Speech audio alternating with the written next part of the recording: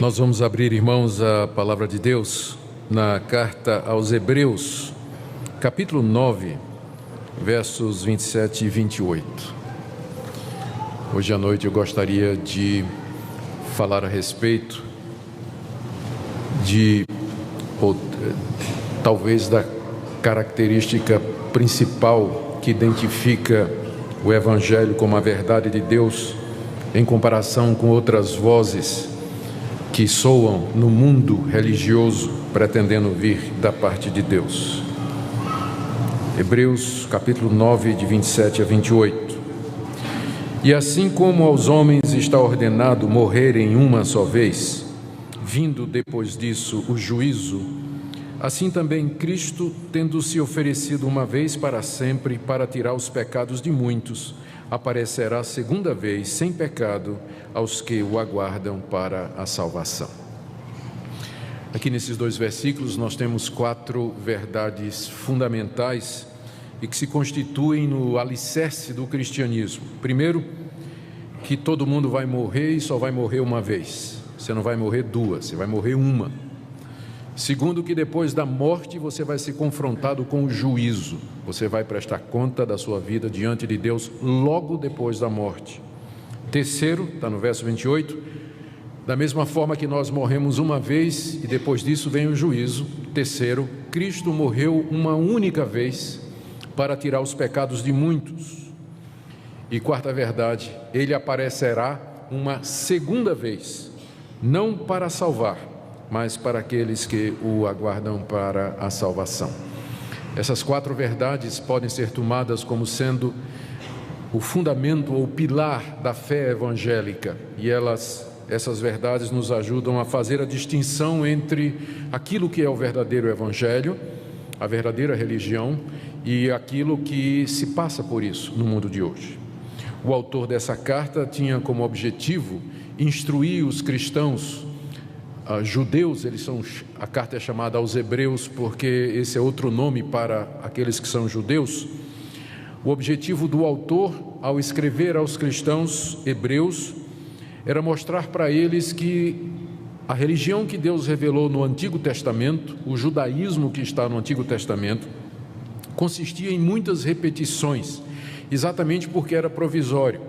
Havia muitos sacerdotes que ofereciam muitos sacrifícios, muitas vezes ao ano. Por que havia essa repetição? Porque aquelas coisas, elas eram simbólicas e em si elas não tinham poder para resolver o problema do homem, que era o pecado. Por isso que eram feitos repetidos sacrifícios de muitos animais, repetidos dias através dos anos a fim, por muitos sacerdotes que depois eram substituídos por outros. Aqui o nosso autor está dizendo, aquilo era um símbolo, uma figura da realidade. Você vai morrer uma vez somente, depois disso vem o juízo. Cristo sacrificou-se uma única vez para tirar os pecados, e Ele voltará uma segunda vez para aqueles que o aguardam para a salvação. Existem basicamente apenas 2 maneiras de se olhar para a realidade. Do ponto de vista pagão, o mundo é controlado pelo acaso, pelo destino, pela sorte e pelo azar. E a história se repete, ela caminha em círculos. Se você estudar a cosmovisão ou a visão de mundo das religiões orientais, por exemplo, ou da nova era, você vai perceber exatamente esse ponto, que para eles a história gira em círculos, os fatos se repetem, e por conta disso uma pessoa não vive somente uma vez. E aqui vem teorias como a reencarnação, a transmigração da alma, que a alma se preserva e depois ela volta a esse mundo, ou na forma de outro ser humano, ou como uma árvore, ou como um animal. Essa ideia da eternidade da alma e da sua perpetuidade dentro da história, ou seja, ela nunca tem fim, nunca tem um ponto final, é característico dessas religiões. E nós encontramos isso aparentemente até dentro do cristianismo, porque, que eu não considero, mas o espiritismo se considera cristão e ele ensina exatamente isso. que uma pessoa não morre só uma vez, mas muitas, porque ela morre e depois ela reencarna, e morre de novo e reencarna. A outra visão de mundo é de que há um Deus que tem um plano para a história. A história tem um começo, um meio e ela se encaminha para o fim. E nós estamos inseridos nessa história. Nós também tivemos um começo, temos uma existência e ela aponta para uma realidade final. E é nessa perspectiva que o cristianismo se insere e nos chama e nos alerta de que o tempo é agora e que o momento é aqui, que nós vivemos uma vez e que nós temos que usar essa vez da maneira correta, porque nós não teremos uma outra oportunidade. É nesse ponto que o cristianismo é diferente de outras religiões, porque ensina essa realidade. Aos homens está ordenado morrer uma vez, depois da morte vem o juízo. A redenção está num ato único feito por Jesus Cristo para nos salvar, e a história se encaminha para o seu fim com a vinda de Jesus Cristo, que vai aparecer uma segunda vez para aqueles que o aguardam para a salvação. Vejamos estes pontos, na expectativa de que nessa noite Deus nos ajude a entender o seu evangelho e a verdade mais claramente. O primeiro ponto está aí no verso 27, aos homens está ordenado morrer uma vez, só uma vez. Quem é que ordenou isso? Deus. Deus ordenou que os homens morressem.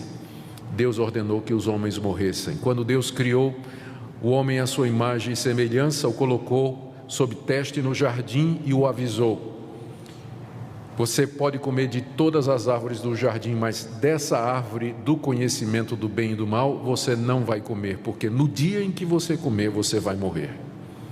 O homem desobedeceu a Deus e, como resultado, Deus disse: tu és pó e ao pó tornarás. A morte é o resultado da desobediência dos nossos pais e da nossa própria obediência.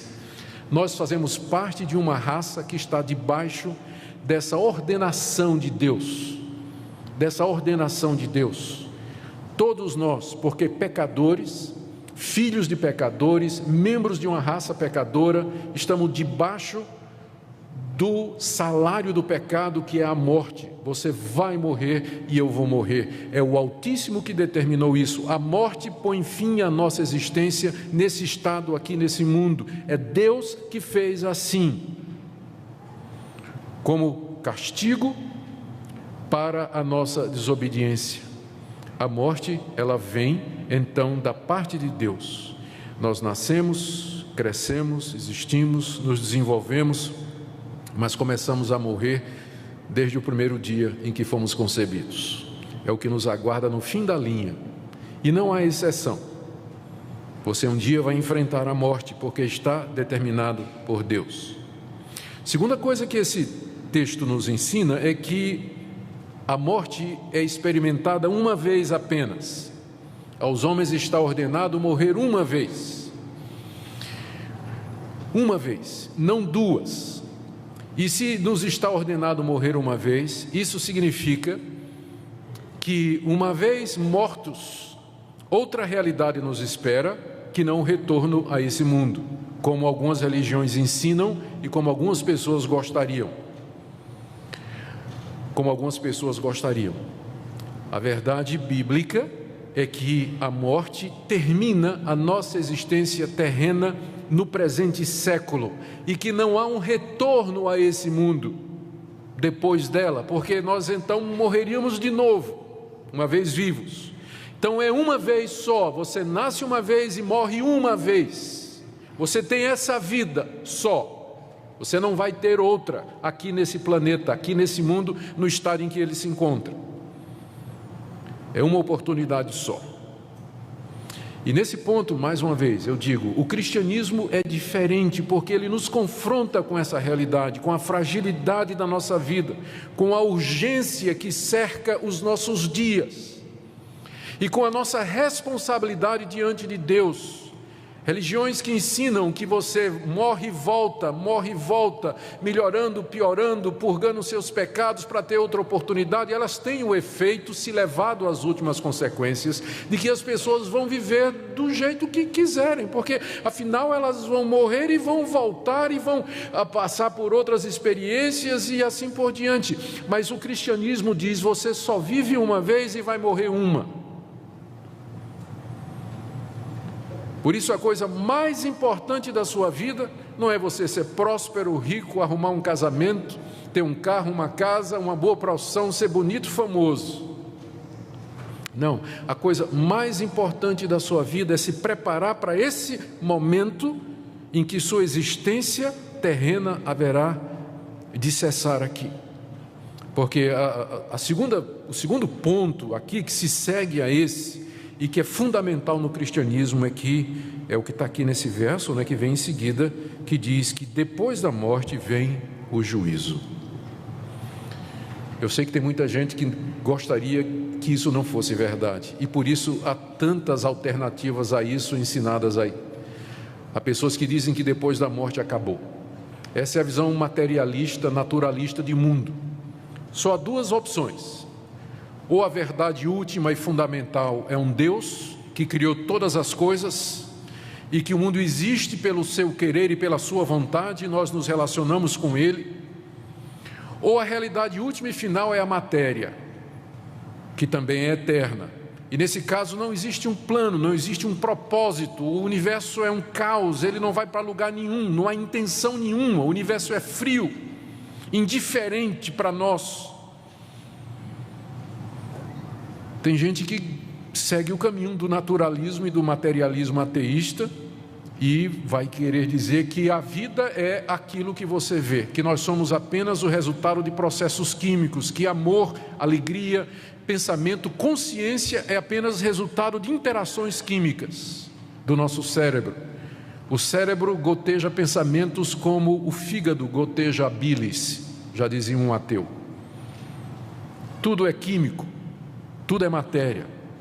Isso é muito popular. Tem muita gente que adoraria que fosse assim, porque isso significa que você pode viver do jeito que você quiser. Você vai viver sua vida tranquilamente. Você não gosta da sua mulher, troca por outra. Você quer alguma coisa, você pode ser desonesto.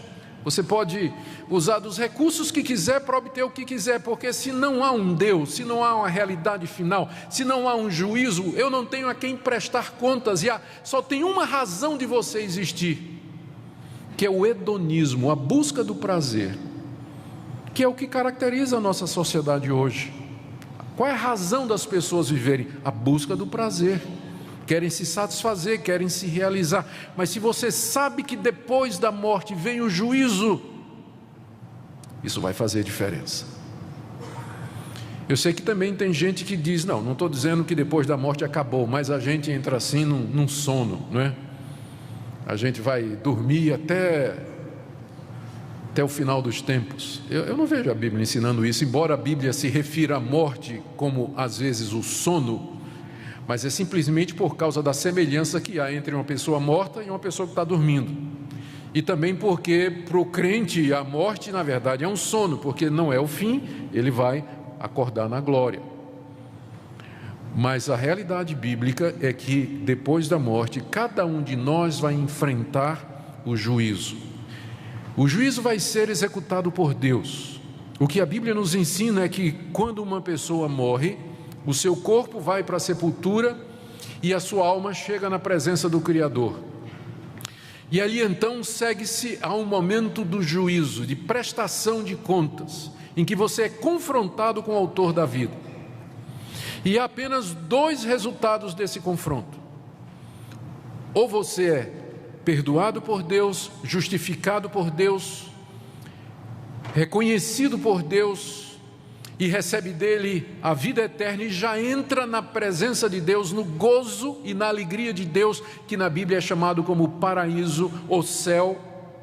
Ou então você será reprovado por ele, condenado por ele, pelos seus pecados, pelos seus atos de impureza, cometidos por pensamentos, palavras e obras, dos quais Deus tem pleno conhecimento de todos eles, e que serão trazidos diante de você, expostos como razão da sua condenação. E a partir da sua condenação, julgado, condenado, você já entra depois da morte no sofrimento eterno. Você já entra no sofrimento. Então é o juízo do qual se segue dois resultados: ou a vida eterna ou o sofrimento eterno. Aos homens está ordenado morrer uma vez, e depois disso vem o juízo. Seremos todos julgados por Deus depois da morte, com dois resultados possíveis apenas. Veja como isso exclui purgatório. A Bíblia não tem lugar para purgatório. A ideia de que depois da morte, se você cometeu alguns pecados que são mais leves do que outros, você vai sofrer nesse lugar para purgar os seus pecados, para depois entrar para o céu. Não tem chance nenhuma depois da morte. Purgatório não é ensinado na Bíblia. Também a Bíblia não ensina que você vai ficar vagando, que sua alma vai ficar vagando, que você vai ficar vendo seus familiares, você vai poder de alguma forma se comunicar com ele através de médiuns, como diz o Espiritismo. Coisa nenhuma. Depois da morte você vai dar de cara com o Criador de todas as coisas, com o Altíssimo, Todo-Poderoso, diante de quem sua vida será exposta e a quem você há de prestar contas. E quem poderá escapar? Quem poderá escapar ao juízo de Deus? Um Deus que conhece o que eu penso, sabe o que eu falo e vê o que eu faço. Um Deus que me conhece no recôndito da minha casa, conhece os meus pensamentos mais secretos, as intenções e motivações do meu coração. Quem pode ficar em pé diante desse Deus? E é aqui que entra a terceira verdade e que torna o cristianismo tão distinto das outras religiões. Diz aqui o verso 28: assim também, da mesma forma que aos homens está ordenado morrer uma vez e depois disso segue-se o juízo, assim também Cristo, Jesus Cristo, tendo se oferecido uma vez para sempre para tirar os pecados de muitos. Vamos parar aqui. Essa é a terceira verdade, e que vem na sequência das outras duas. Depois da morte, nós morremos uma vez, e depois da morte vem o juízo. Quem é que pode escapar do juízo de Deus? Ninguém. Nem vocês, nem eu. Não há ninguém aqui, nunca houve e não haverá, que cumpra a lei de Deus, a vontade de Deus, as determinações de Deus, de maneira tão absoluta e perfeita que Deus o aceite como justo com base nesse cumprimento. Todos nós quebramos a lei de Deus, todos os 10 mandamentos, do primeiro ao último, por pensamentos, palavras e por obras, nossa vida toda, toda a vida.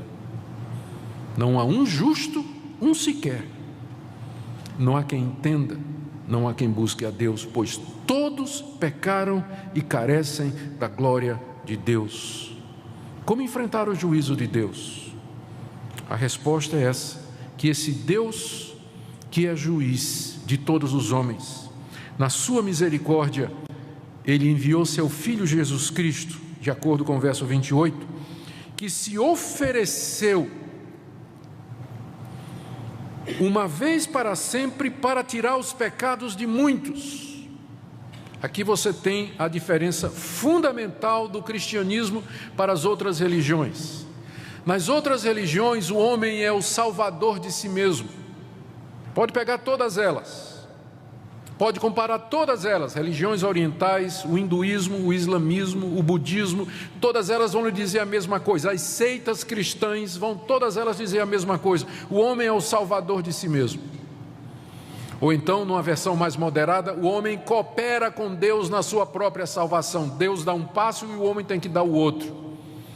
E cita até um versículo que diz: está escrito, faz por ti que eu te ajudarei. Eu não me lembro de ter lido isso na minha Bíblia, né? O bom filho Deus ajuda. Eu vi isso na traseira do caminhão, nunca vi na Bíblia, não. Mas é essa a diferença.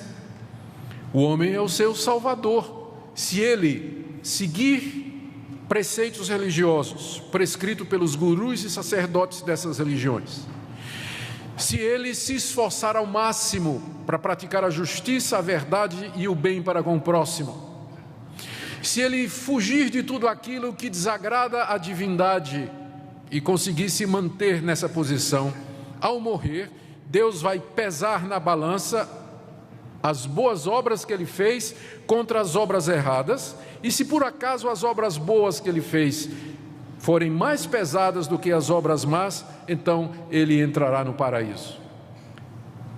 De maneiras diferentes, é isso que essas religiões ensinam, que a salvação é alguma coisa de baixo para cima, é o homem que tem que agradar a Deus e fazer alguma coisa para merecer ser recebido por Deus. O cristianismo é completamente diferente. Ele já começa dizendo assim: você pode tentar, mas você não vai conseguir. Você está ordenado a morrer uma vez por causa dos seus pecados, e depois disso você vai ser julgado.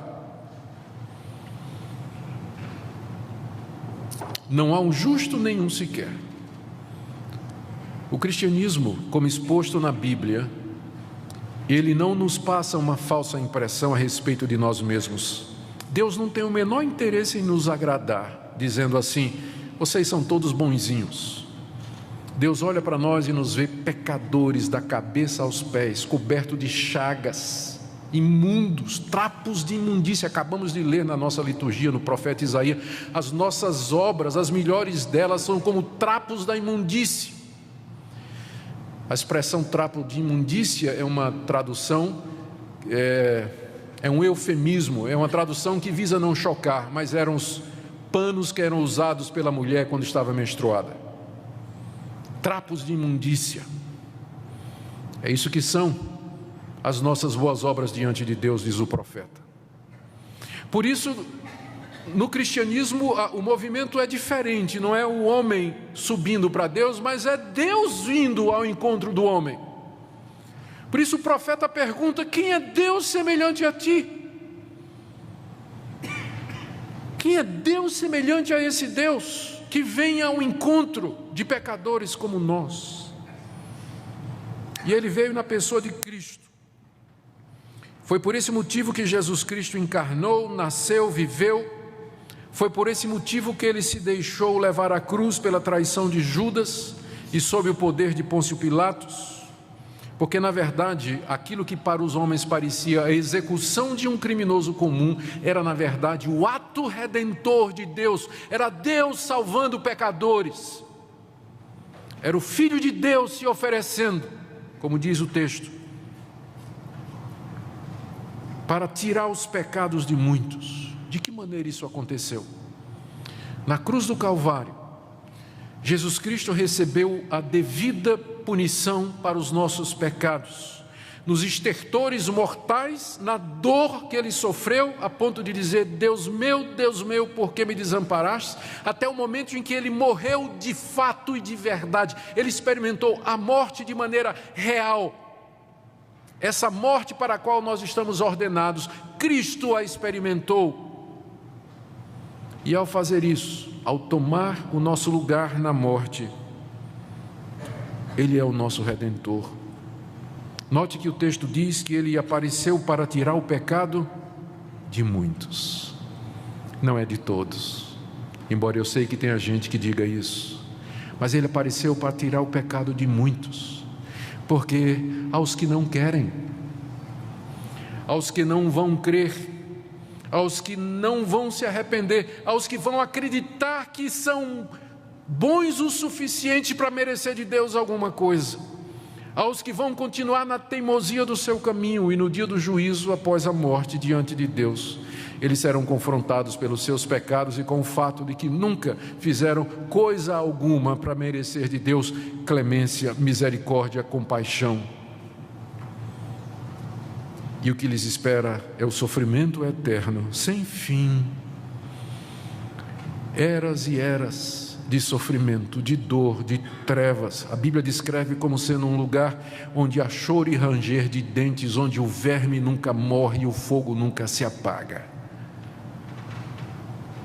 Por isso que o cristianismo é tão urgente. Você morre uma vez só e você não sabe quando isso vai acontecer. Por isso o dia é agora, o momento é hoje. Porque você não vai viver outra vez, você não vai ter outra chance. A coisa mais importante da sua vida é você resolver o problema do pecado diante de Deus. Cristo apareceu uma única vez. Deus já realizou o ato fundamental da redenção, já foi feito há 2000 anos atrás, quando Ele morreu na cruz pelos nossos pecados. A quarta verdade aqui é que Ele aparecerá uma segunda vez, porque Ele não ficou morto.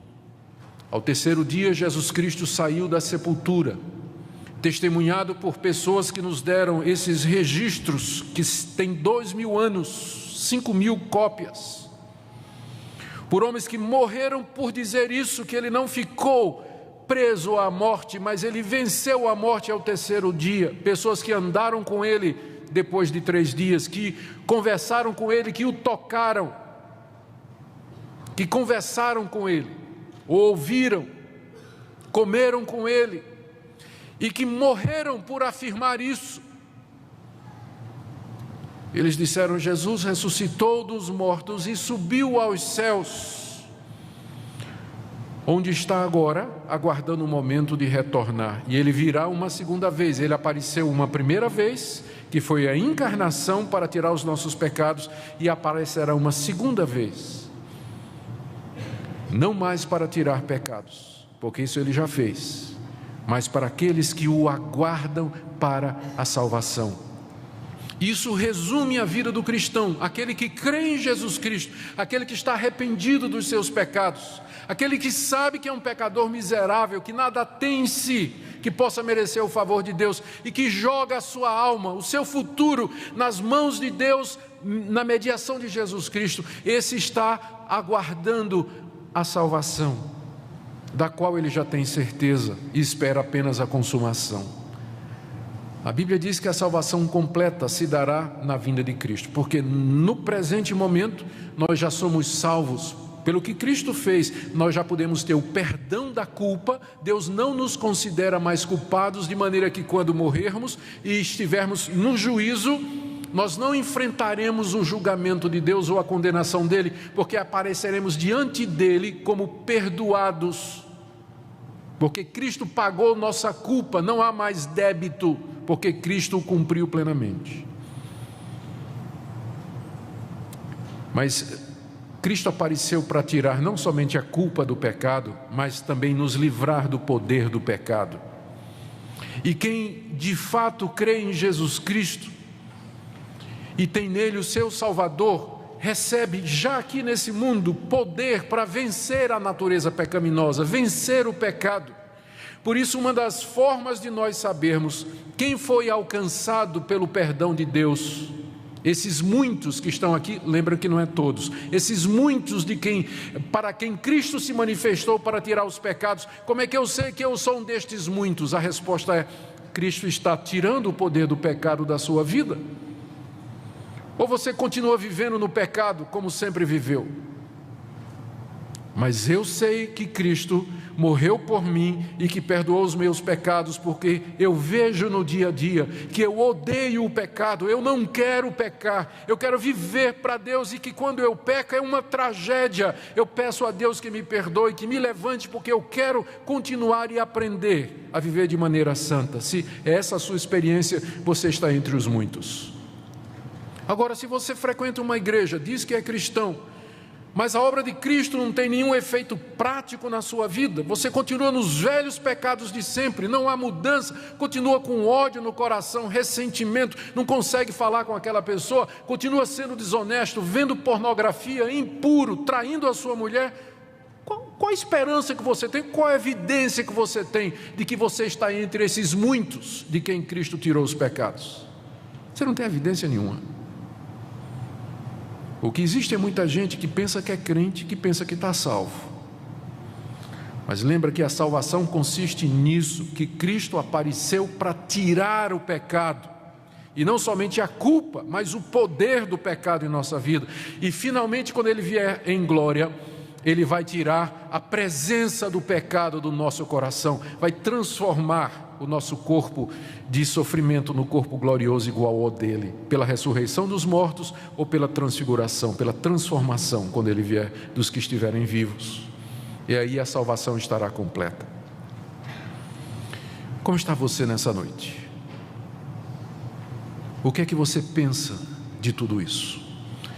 Será que nessa noite você poderia dizer: de fato eu creio que sou um pecador, eu sei que eu vou morrer uma vez, eu sei que vou me encontrar com Deus depois da morte, mas eu sei também que Cristo morreu por mim, que Ele apareceu para tirar os meus pecados, e eu vivo aguardando o seu retorno para a plena salvação. Você pode dizer isso nessa noite? Se você pode dizer isso nessa noite, eu bendigo a Deus pela sua vida, dou graças a Deus por você, dou graças a Deus pela misericórdia de Deus em salvar pecadores como eu e como você. Mas se você está incerto nessa noite, se você não tem certeza disso, ou se você não tem a menor ideia do que eu estou falando, mas nessa noite Deus falou ao seu coração, e você sabe que você precisa resolver o problema do pecado na sua vida, eu queria lhe convidar nessa noite a que você creia em Jesus, o Filho de Deus, que você se arrependa dos seus pecados, que você busque a Deus e que você sem condição se entregue a Deus e diga: Deus, eu sei que depois da morte vem o juízo, e eu sei que se eu for levado ao teu tribunal eu serei condenado. Tenha misericórdia de mim pelo que Cristo fez na cruz, perdoa esse pecador e me recebe como teu filho. Você não quer fazer isso hoje? Eu queria convidar vocês todos a se colocarem em pé, e nós vamos orar nesse instante.